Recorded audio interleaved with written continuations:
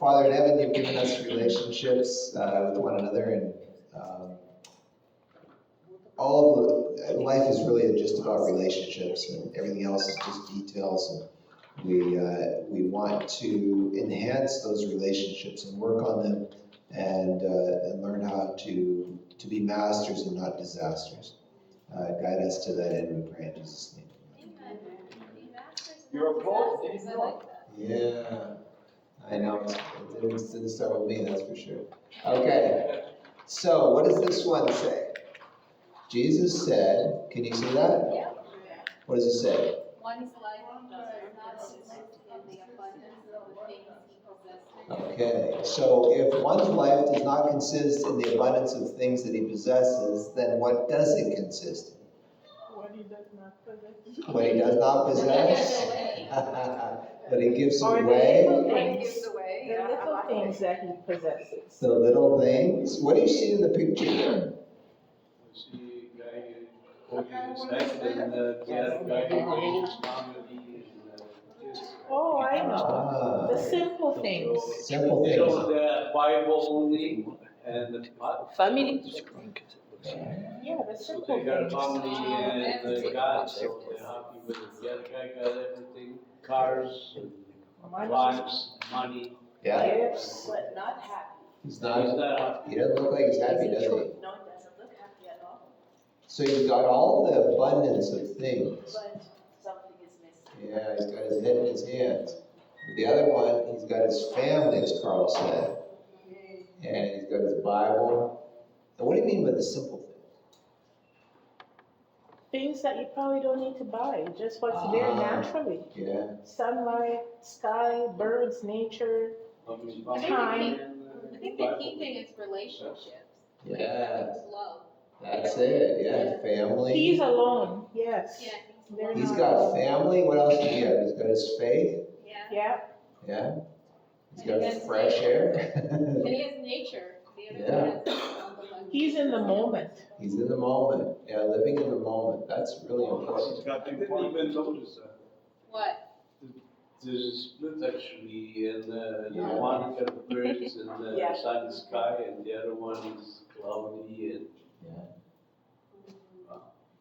So, have you ever noticed, like, you give kids, like, expensive toys and everything, Yeah. and then you get a new dishwasher or something, and then you get this box, And they're and playing they the play with the box for hours. The things in the box, you know, the little foamy, squirty Yeah. things. Everything in the box, like, Like pots and Yeah. pots, paper. those things, or they turn that box, they'll cut it in, they'll put holes in it, and they'll run through the box, you know, and they'll play tag.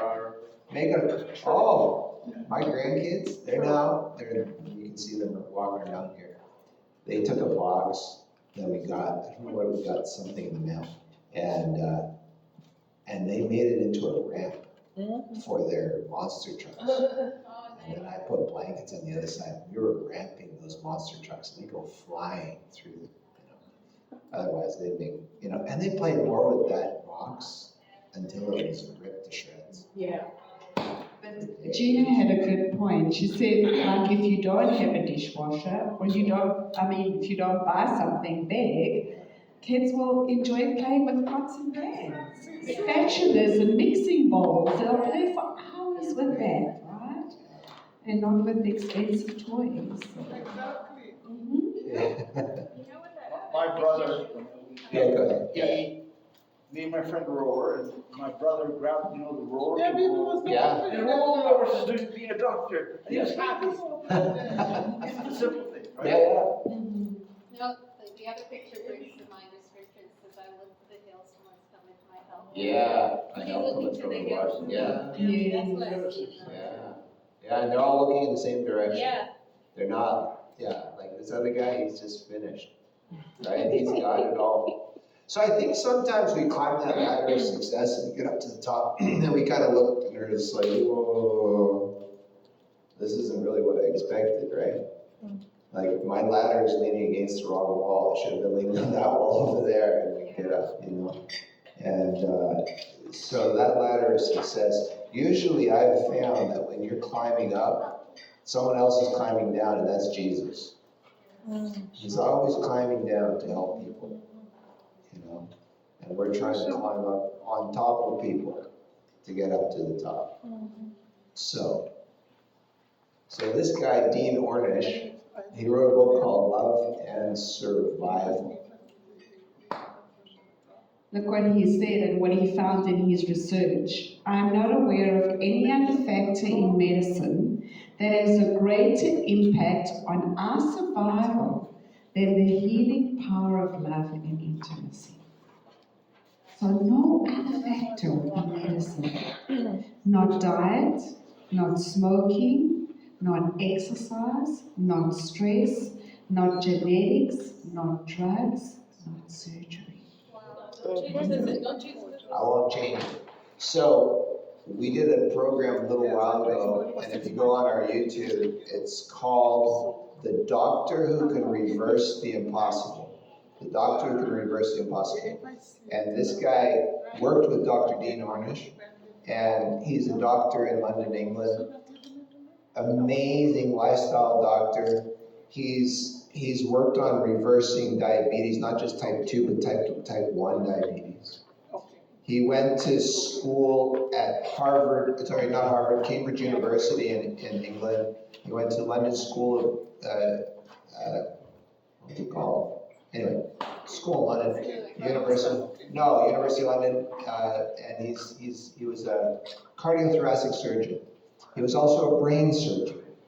And he worked with Dr. Ben Carson at the Johns Hopkins University Medical Center in the United States. So this guy has a lot of experience, right? And he said, I don't like what we're doing. Because he said, I want to heal people. And his dean of medicine said, we don't heal people. We manage illness. They don't cure anybody. That's what he said. So he said, no, I want to heal, like Jesus healed, right? So he went on this journey. He bought some restaurants in Soho in London. Opened these, they're called plant-based restaurants. He says, one day he's going into the surgery, he gets a message on his cell phone. We get people coming into the restaurant all the time and saying, our heart disease is being reversed by eating at your restaurant. Who's eating at his restaurant? Paul McCartney. Yeah, famous people who are going to his restaurant. He's making more money at his restaurant than he is as a surgeon. So he decides, I'm going on a different journey. So he starts with Dean Ornish, and they started this lifestyle medicine thing before lifestyle medicine was a thing. It was an amazing interview talking to this man. His name is Dr. Chitty, okay? If you ever get a chance, take a look at it on our YouTube. And it's called The Doctor Who Can Reverse the Impossible. Here's why I'm telling you this.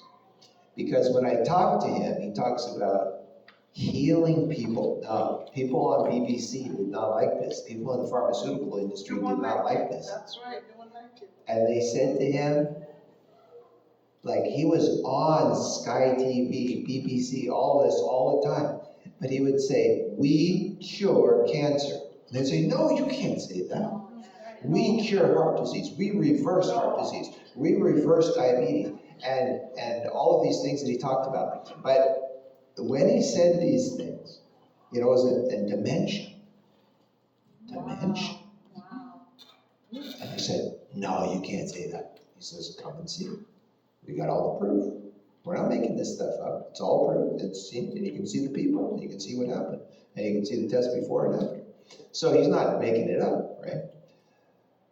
But here's the thing that he said. And this is the talk that he gives. The biggest thing that is killing people is not what they're eating, but what's eating them. Right? And he said, the biggest thing that I find is forgiveness. That's right. If people can't forgive, Exactly. it's eating them up, I don't know too long. right? Because they're bitter, right? They're bitter inside. They're bitter with mom, they're bitter with their brother, with their sister, with whatever, right? They're just angry. And you can't tell people just stop being bitter. This is a divine thing. This is really a divine thing for you to be able to forgive and let it go and move on. So what does he say? The greatest impact comes from love and intimacy. The power of love and intimacy. This is what he goes on to say. Anything that promotes feelings of love and intimacy is healing. Anything that promotes isolation, separation, loneliness, loss, hostility, anger, cynicism, depression, alienation, and related feelings often leads to suffering, disease, and premature death from all causes. That's huge. Love. You see that? That's deep. That's deep. That's a big one, isn't it? So you experience a loss, it hits you. It might be a loss of a pet. That's huge for people. It might be the loss of money. You know, finances, a house, burning down, something. I don't know what it is, but whatever kind of loss. Isolation. Wow. Isolation is a big one, right? When you have isolation, that can, that's not good for your health. So we're going to talk about the masters and the disasters. Yes, go ahead. You talked about doctor's meds, right? Yeah. My family doctor, I went to, he doesn't have appointments to go see him, and so I went there, there was no waiting, so Yeah. he talked to me for about, he didn't want to let me go. 40 minutes, and finally people knocking, it's full, no waiting room. And so he goes to the person, we haven't said. And I go, I'll go, sit down. He goes, do you understand, I manage people out there, right? You healed. Yeah. You're a miracle here, surviving your car accident. And so you motivate me. Yeah. So I was touched by it. Yeah. So Chris had a car accident and just about took his life. And he is a miracle. And the way he's healed. It's beautiful. Well, actually, God says, you know what? Yeah. One day in March, you're going to come to our people and you need to torture them. Yeah. Yeah. Yeah. Thanks for sharing. Did you hear what she said? You sort of what? Torch them? He always makes jokes. Yes. I thought you were just torching them with a good way. Inspiring them, yes. So, masters versus disasters. Now, what would be the difference between the masters and the disasters, do you think? When it comes to relationships? What do you think? Give us some characteristics of what masters would be in a relationship. What would you see as a relationship master? When you have good communication. Good communication, yes. Mutual respect. Mutual respect, love. Forgiveness. Oh yeah, that's a big one. We're going to speak about that on Wednesdays. Intimacy. Mm-hmm. Different types of intimacy. Yes. I agree. Yeah. Okay. Anyone else? What did you say, sister? Love each other. Loving each other is. Okay. So, there was a doctor, researcher, what's his name? Dr. John Gottman, have you ever heard about him? He's very good with relationships, so. So he does this, he studies couples for over 40 years. So thousands and thousands of couples. So he came up with this term, it's not unique with us, masters versus disasters. And he says from all of his studies, they're studying them in a love lab, okay? So their heart, everything. They're taking urine samples, they're taking everything, blood samples on these people. They're watching them through cameras, they're watching their faces, they're listening to their conversations. It's like that show on TV, right? It's a reality show, yeah. But this is a reality in a lab. And all Big Brother, I think it's called. yeah. So there's all these researchers studying these people over 40 years, and he comes up with masters and disasters. And he says he's got two sentences, one sentence for each one. Here's the masters. The masters are looking for things to appreciate. So in a relationship, they're looking for things to appreciate, and so really looking for the best in each other. Because when you look for the best in someone, you're going to bring out the best in them. So those are the masters, whereas the disasters are looking for things to fix. Right? So they are focusing on fixing what's wrong. Yeah. So this morning I talked about the missing tile syndrome. You ever go into a room and you see, oh, everything's perfect. Oh, there's a missing tile, right? And what do you focus on? The tile. You want to fix the thing that's wrong. And no problem. You get a car, brand new car, eventually you're going to have to fix it, right? You get a brand new house, eventually you're going to have to fix it. You get a new wife, you're going to have to fix her, right?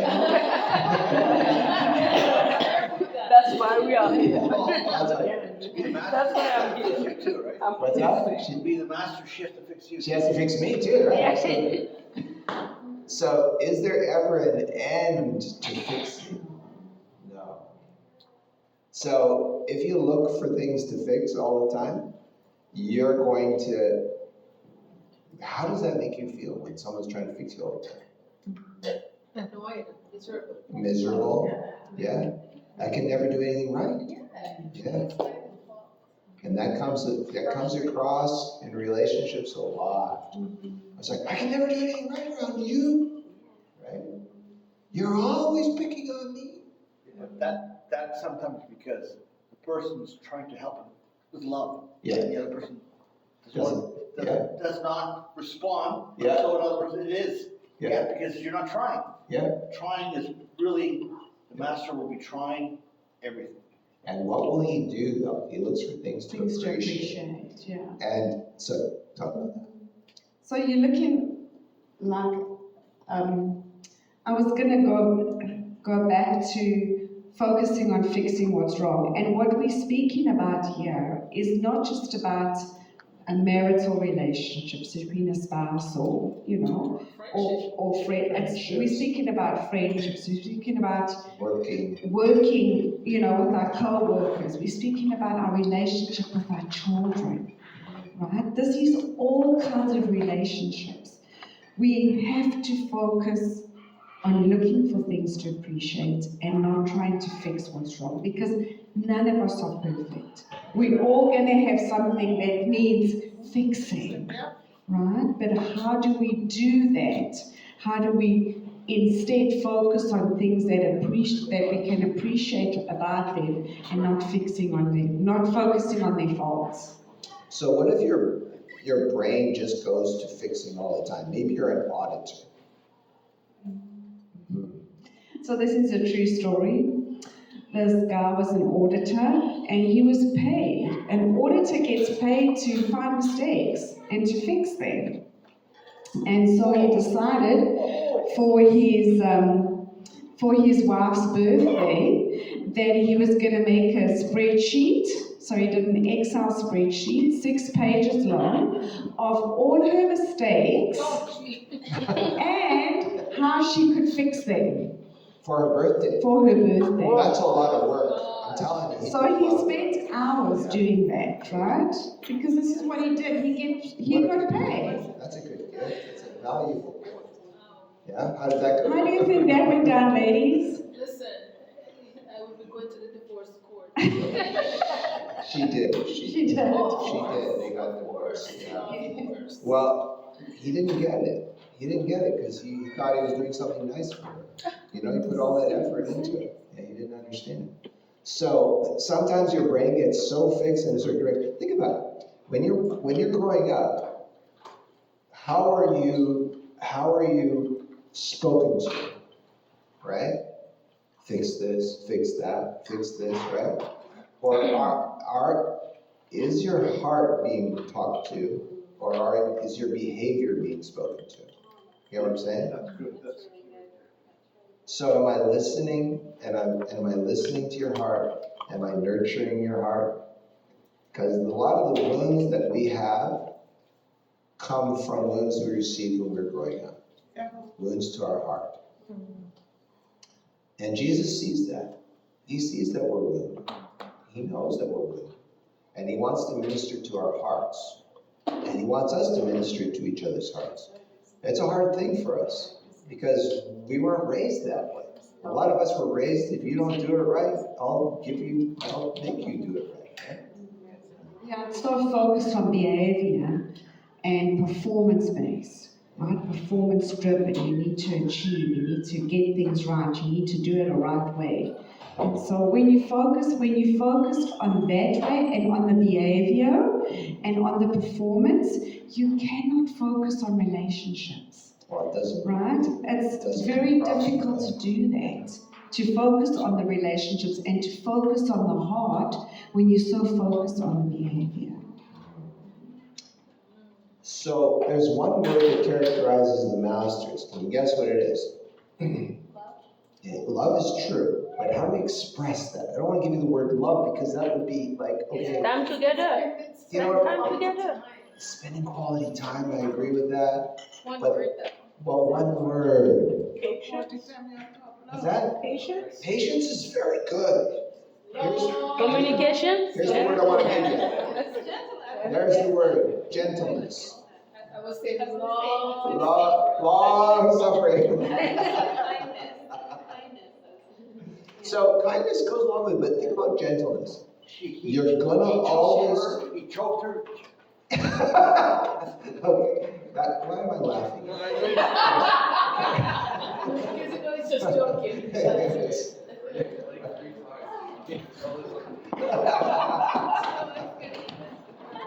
So, And patience is a big one too. patience is huge. Patience is huge. So this whole thing of gentleness, when you have conflict in a marriage, you're always going to have conflict in a family, conflict at work, conflict in a church, right? Whenever you have people around, you're going to have conflict, right? There's movement, there's friction.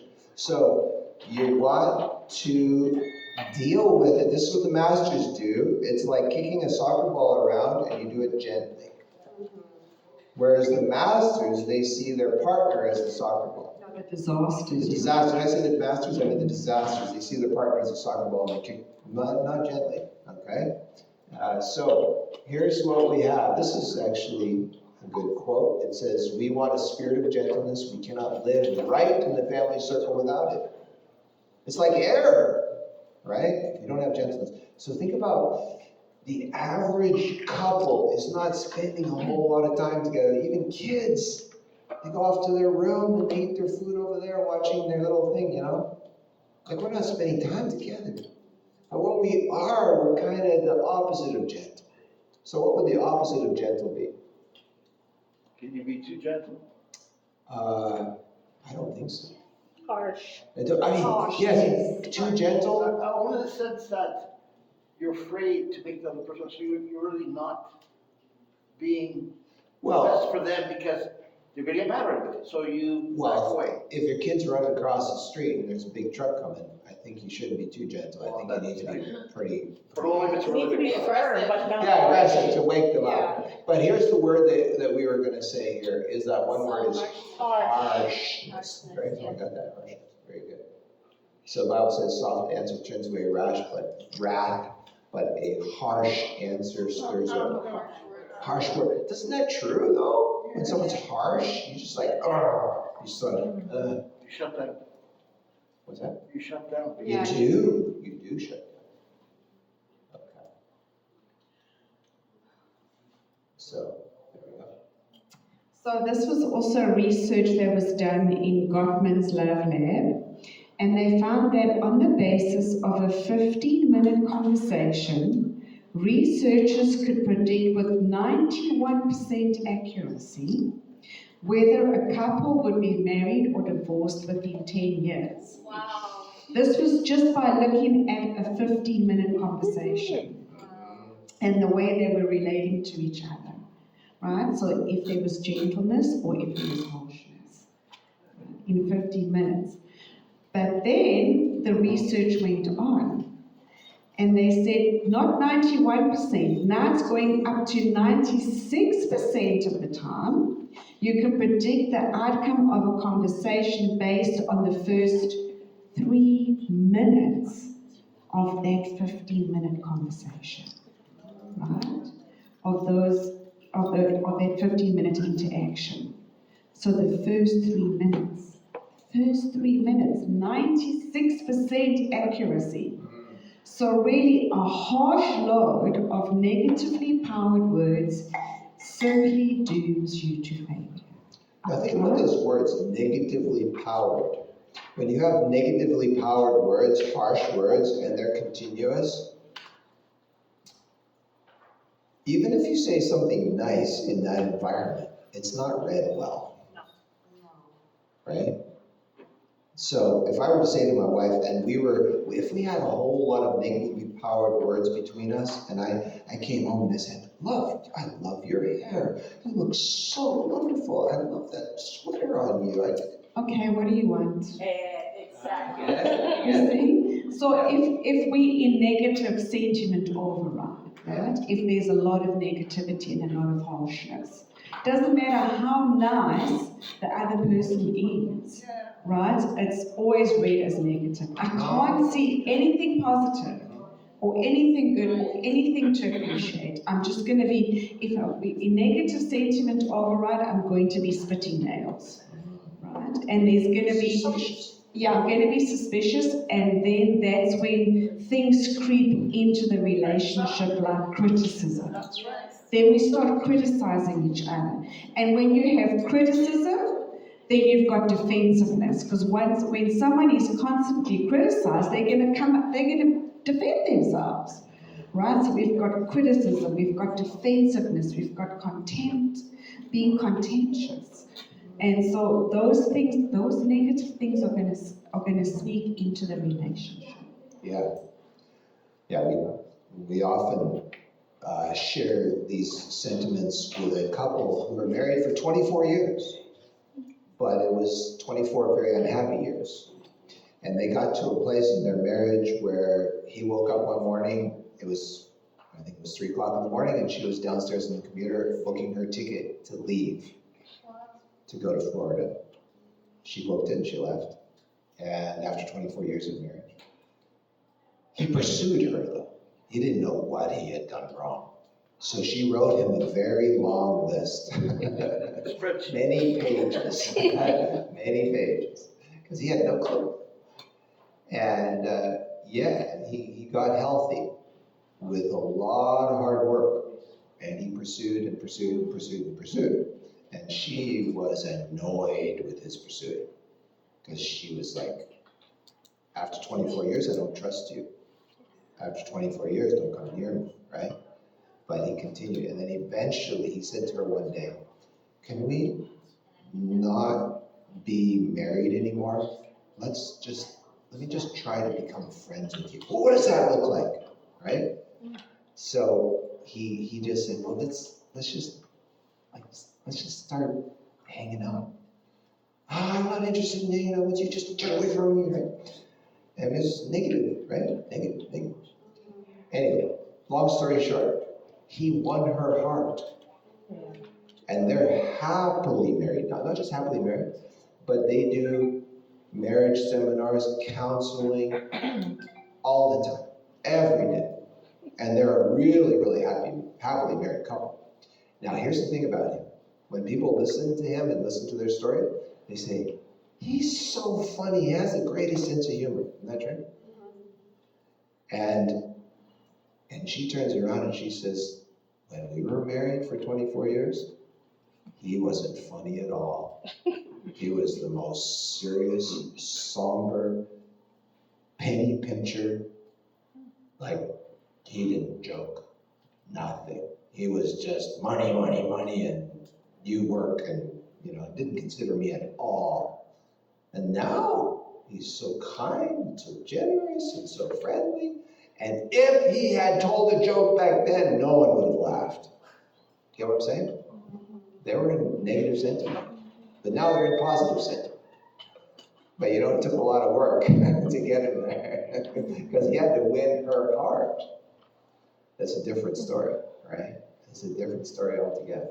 So it is possible. If you want to watch that episode, you can watch it on, it's written on Canada's YouTube. It's called How to Save a Failed Marriage. okay? How to save a failed parent.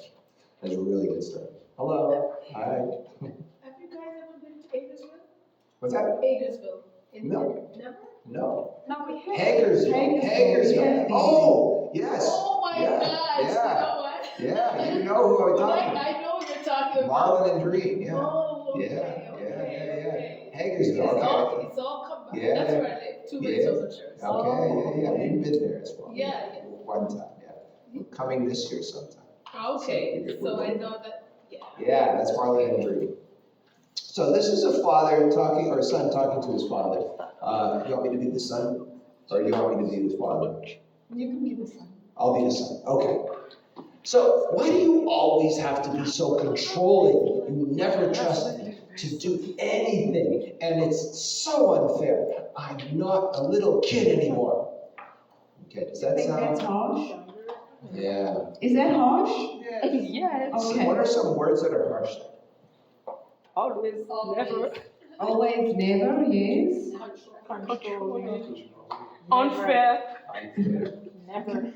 But do you think that this is, for the son to express something like this, do you think that he always feels like his dad is controlling him? Or is this just something that just happened once or twice? This is for love.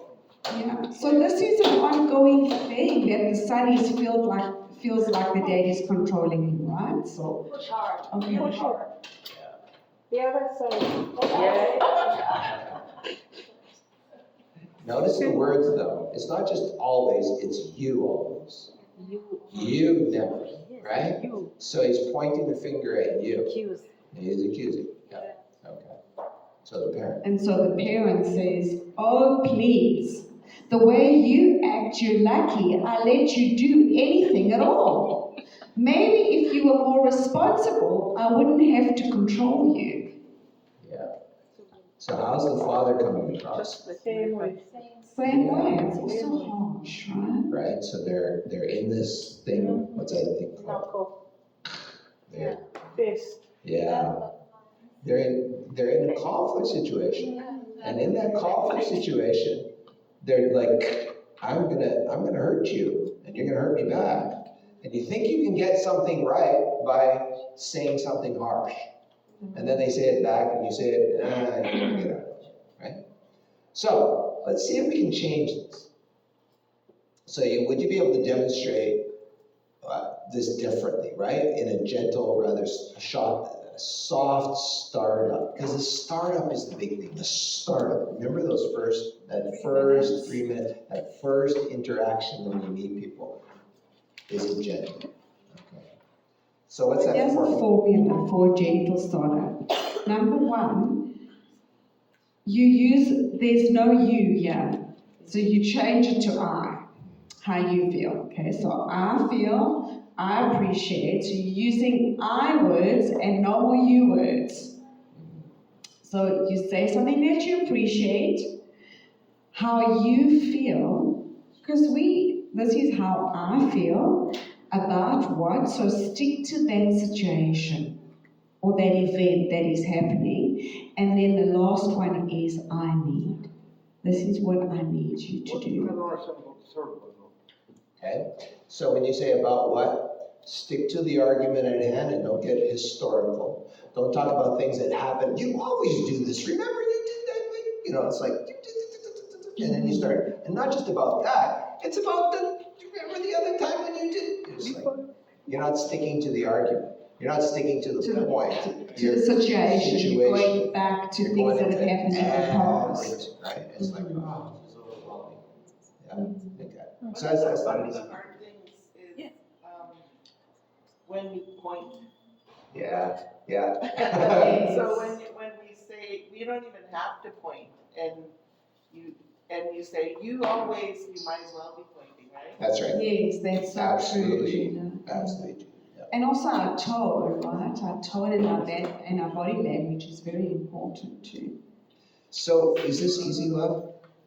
No, it's not easy, especially if it is a perpetual problem. Yeah. Right? If it's something that is ongoing in the relationship, it makes it a lot more difficult to be gentle and not to be harsh. So do I do some things that are ongoing? Sometimes. Okay, let's carry on. So the boy says, okay, taking a deep breath, keeping calm tone. He's thinking about it, right? Gentle startup. He says, hey, Dad, I appreciate the way that you are willing to take time to listen to me. And right now, I really want to talk about something that's been bothering me. Sometimes I feel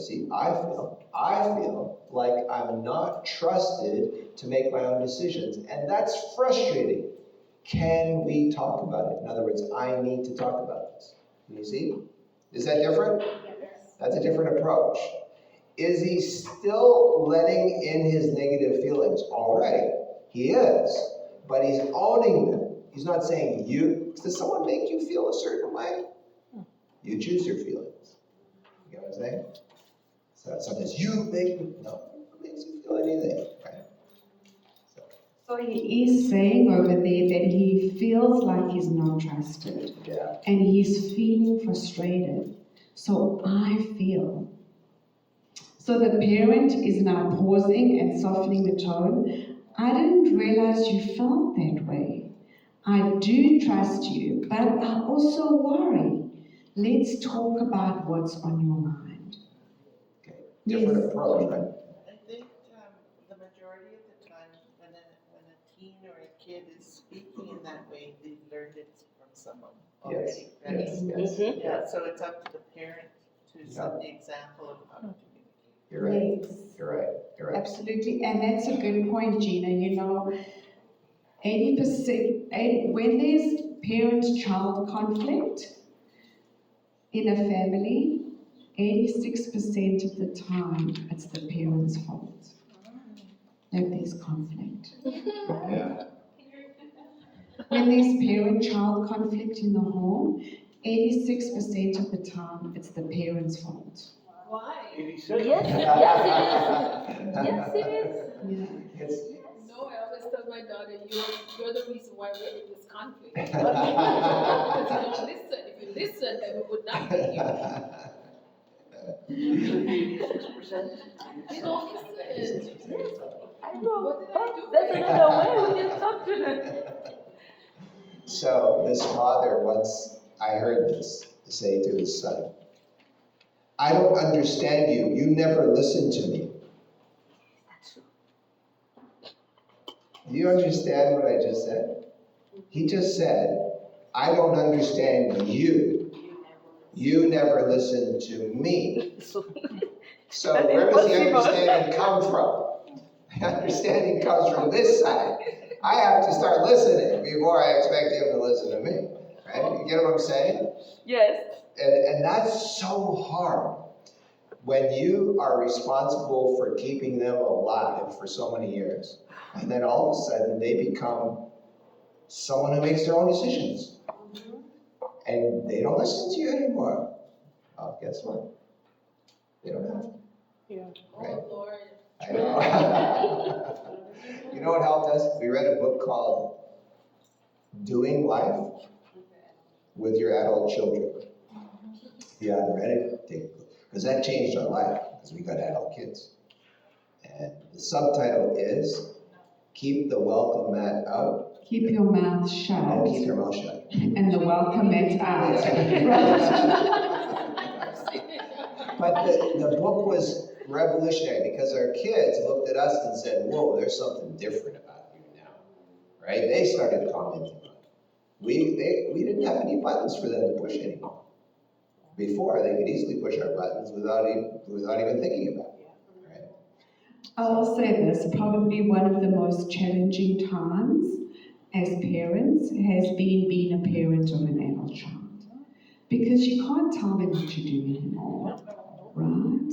They need to make their own decisions. They're adults now. So you will always be their parent, but you can't tell them what to do anymore, right? You just have to be their biggest cheerleaders. You have to be there to support them. You have to be irrationally positive. It's hard. Rose, I'm They're telling in your you. house and be disrespectful in your house. You just No, being disrespected is not something you have to put up with. But how you handle that, right? With gentleness. Can you gently say, hey, this is not appropriate? Get out. That's, yeah. But you know what, I have 4 boys. Yeah. And I let go on them because the last one will be 34.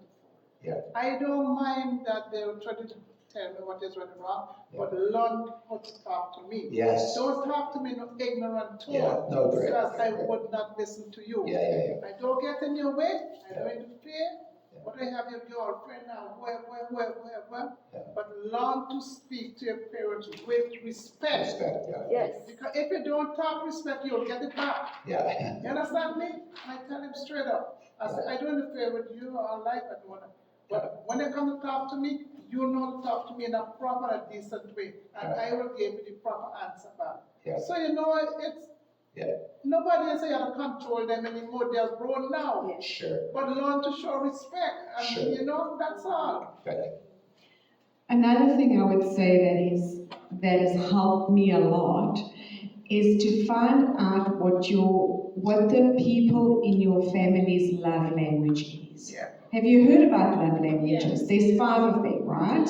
Acts of service, Words of affirmation. words of affirmation, quality time, physical touch, and gift giving, right? So there's those 5 different languages, because here's the problem. My love language is acts of service.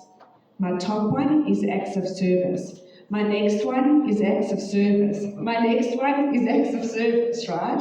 So my acts of service is very, very high, right? So my husband doesn't have to take me on a romantic date. He just has to vacuum and take out the garbage and help me at home, you know, to keep things In order. That's in right. order. In order. That's so I like, that's how, when I feel loved, That's right. right? That's how I feel loved. That's very good. My eldest daughter is the same. My youngest daughter and Mark, their love language is not acts of service. It's quality time and physical touch, right? So let me give you an example. So I went to go visit my eldest daughter in British Columbia because, here's the thing, like I said before, we will usually love the way we feel loved. That's right. Does that make sense? Yeah, the tourist street, yeah. So I go visit her in British Columbia. She's in her own apartment. She says, Mom and Dad, when you get there, I'm not going to be home, but it'll probably be about 15 minutes, 20 minutes, and then I'll be home from work. So this is where the key is, and I'll see you when I get back home from work. So we go into the apartment, and there's a few dishes in the sink. There's a little bit of laundry. So what do you think I did? Exactly. I started doing the dishes, and I was going to get ready to do a load of laundry, and I got the broom. I was ready to sweep because that's how I feel loved. That's right. As I'm doing this, she walks in, right? And so I see her face dropping. But I don't pay attention to that because, hey, I'm loving her, right?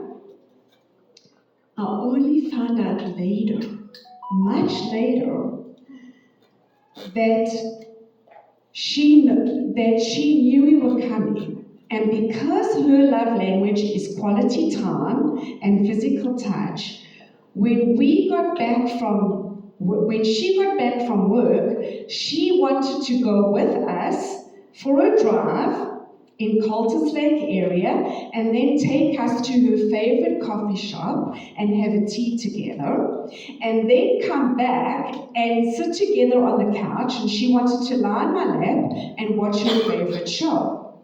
So that was what she wanted to do because that's how she felt loved. So she cleaned the whole apartment, more than what she usually does, and made sure that it was clean before Mom and Dad got there.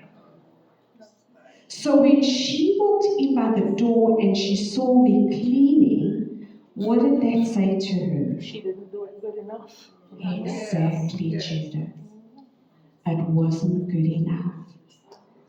Right? And so, it's not good enough for mom once again.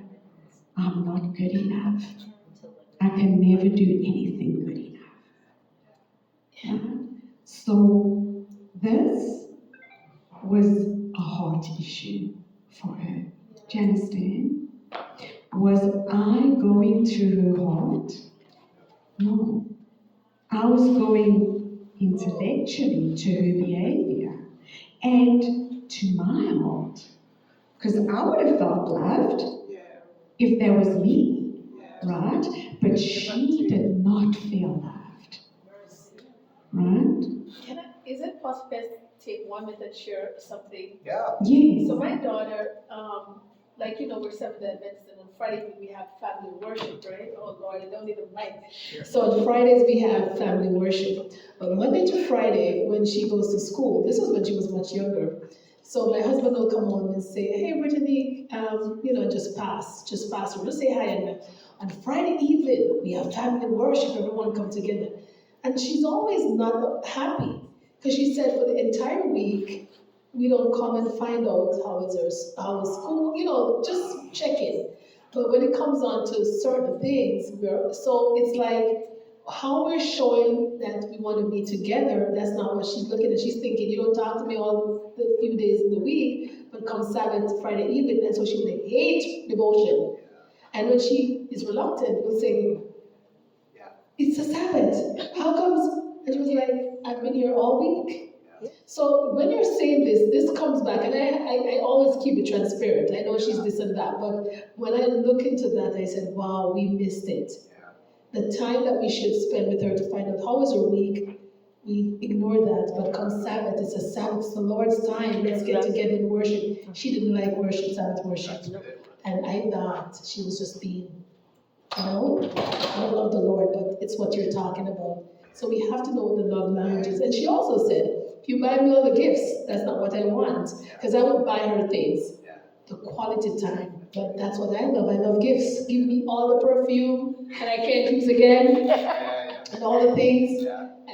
But quality time was her time. So it's Thank you for Yeah, sharing. thank you for sharing that, Rose. Is it ever too late to repair? she's No. on. I mean, you can still repair with your kids. Here's the thing. Let me encourage you with that. Renee had to repair with our daughter. And it's not been easy, okay? It's been ongoing. And it's getting way better than it was. So she understands now. She came home and she was just in between going to different places. So she was with us for a whole month, just a few days ago. Just this month of February, and Rose, I'm still repairing in February. She's gone. She's gone. Oh, Like No, she- not dead. not No, that. not dead. No. Okay. No, I haven't seen her in 4 years, going 5. Okay, so let me just give you this other story. This pastor, he was a conference president, okay? Very busy man. He had a number of kids. I think it was like 5 or 6 kids. Anyway, so, I can do. yeah, I know. And he was just so busy. None of the kids stayed in the church. Not a single one. When he retired, he went to one of these things, right? And he was hearing about families and how important it's important to repair. He was weeping. He went and he wrote letters to every single one of his children. Every one of them. He didn't just go, he sent those letters off, and then he flew to their homes and spent a few weeks with each of them. Okay, great. He just did everything he could during his retirement years to make repairs with his children. Every single one of those kids came back to church. Wow. Every one. Very good. Not a single one did. I'll tell you, that's incredible. And he was listening because he realized, okay, I know what I did, and I know that I'm just going to trust the word of this one. So, what is happening? We're almost finished. We're running out of time. Okay, what is happening? We'll finish with this. In happy couples and happy families, it's the word intimacy and we've got that on there, intimacy. That's really important. That's not the same as physical sexual intimacy. That's open. You can have sexual intimacy without having intimacy. That's right. You know what I'm saying? Yes. So true intimacy is pursuing the heart, and the only one who allows you to see into me is me. That's right. And I have to feel safe with you, and I have to feel understood by you to feel like there is intimacy there. You know what I'm saying? To be authentic and open and real with each other. That takes vulnerability. So, we can finish with this one. So the determining factor for happiness of marriage for both men and women was the quality of the couple's friendship. So friendship is the quality of the friendship is so important, not just in marriage, but in every relationship. Yeah, even the children, yeah. And actually, the scientific term for friendship is positive sentiment override. Whereas the opposite is negative sentiment override. So we want to be in positive sentiment override. So we really need to work on our friendship. Yes, and that friendship, positive sentiment, we're going to go into the details of that on Wednesday night, of what friendship looks like, okay? So this isn't just, we're telling you, oh, just be friends, right? We'll go into exactly what that looks like, and you can be able to see that clearly, okay? So positive sentiment is when your positive sentiments override any negativity. So that if there is negativity in the relationship, you perceive it that the person is not behaving in character, right? Because you realize there must be something wrong. And what Renee and I talk about is HALTS, okay? HALTS, what do it spell? Halts, okay? And each of those letters stands for one word. H means hungry, A means angry, L means lonely, T means tired, and S is actually two S's, and that's either stressed or sick. So whenever a person is hungry, angry, lonely, tired, stressed, or sick, then you say they're not behaving in character. Because Spirit of Prophecy tells us it's a law of the mind. For every period of exhaustion, you ever feel like that? You have a corresponding period of depression. It always targets your weakest point. And for some of us, that weakest point is food. Some of us, it's anger. Some of us, it's loneliness. Some of us, it's, like you just get stressed or sick. So you understand and you stop and you say, halt! I'm going to listen. I am not going to take this against them. I'm not going to defend. I'm not going to turn this into an argument. I'm going to listen to their heart. So if my wife starts getting kind of petty at me, I'm thinking, she must be hungry. Or she must be hungry and angry. Angry. Yeah, that's right. Or maybe she's feeling lonely, right? Because her family lives in South Africa. Maybe she's feeling lonely, right? Could you repeat? Maybe she's tired. Maybe she's stressed. Maybe she's sick right now, right? Mike, could you repeat again with those? HALTS? Yes. Hungry, angry, lonely, tired, stressed, or sick. Also, when you're experiencing any one of those, it's also very difficult to be gentle. Yeah. It's like if you're feeling angry about something or lonely or you're stressed or you're sick or it's very difficult to be gentle when you're experiencing any of those, and that's why you have to hold. You really have to hold and stop. So we're gonna ask you to take a moment to pray. And you can pray with each other, you can pray alone. And I want you to think about this. We talked about it this morning. Think about what you think about. Think about what the other person said. Think about your thoughts. They're really important. So this is our friends Marlon and Doreen, who Rose talked about or mentioned. They say three things, 3 C's. Catch those thoughts, check those thoughts, and change those thoughts. You can do that. Catch, check, change. Catch, check, change. Okay? You have thoughts, you can change your thoughts every 10 seconds. You have an opportunity to change those thoughts. And in that 10 seconds, you can catch that thought, you can check it, and you can change it. And you can say, wait a minute, we're doing this wrong. I'm sorry, let's do a redo.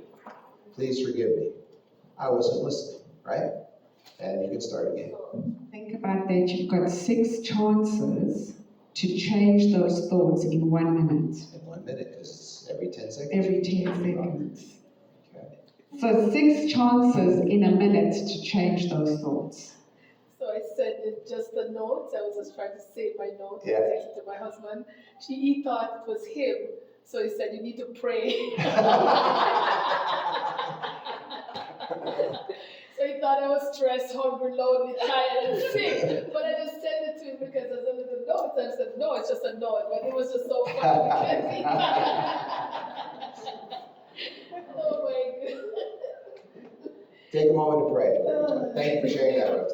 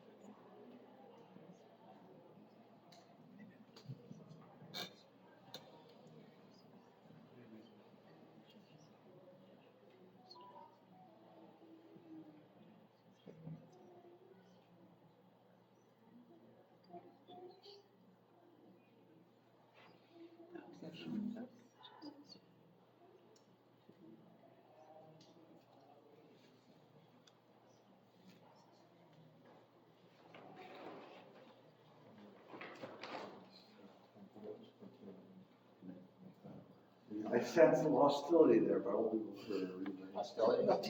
I didn't say it. Hostility. Thank you, that was good again.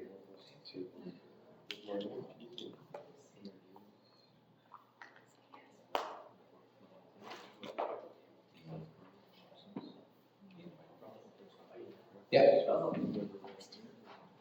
We did have a schedule for tomorrow.